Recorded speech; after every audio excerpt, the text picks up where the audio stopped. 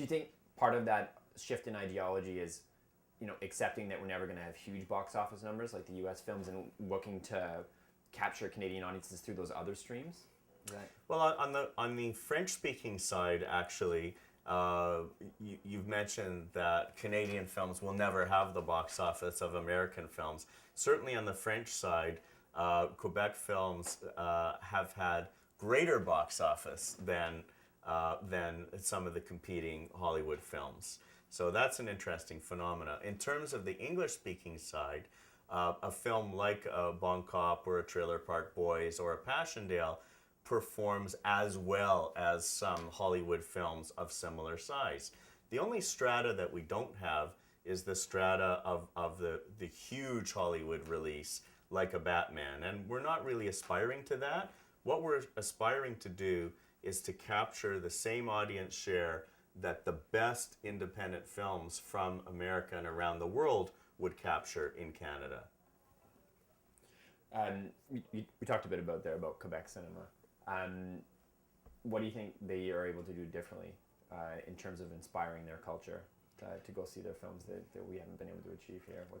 But the Quebec culture is quite different. First of all, obviously there's a separate language. However, that's not the whole story. Quebec has benefited from a very successful collaborative working together between the production community, the distribution community, the exhibition community, as well as public financing in the form of both Telefilm and SODEC. And in English Canada, I think we do need to take some lessons from Quebec in terms of making sure that all sectors of the industry work together for that greater good. The other huge difference in Quebec is that there is a star system. And the star system is facilitated by local magazines, for example, where on the cover will be a Quebec star, not a Hollywood star.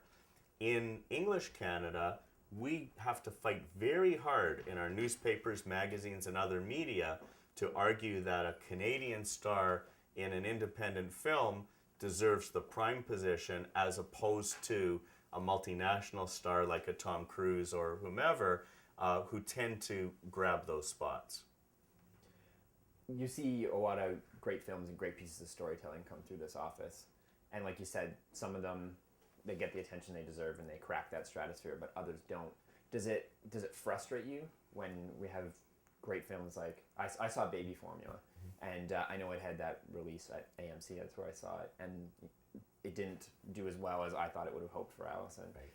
For you in this position, you have that inside track, you see how great these films are. Do you find that frustrating that Canadian audiences just don't know about it sometimes? Well, I'm a huge cheerleader for everyone that I work with. So from a small film like a Baby Formula to a larger film like Passchendaele or like Blindness, I'm a big cheerleader. I want each and every one of those films to succeed.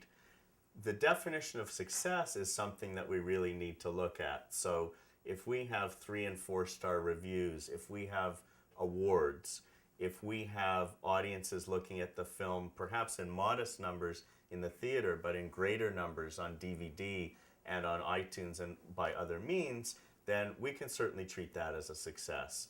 Do I want more success? Of course.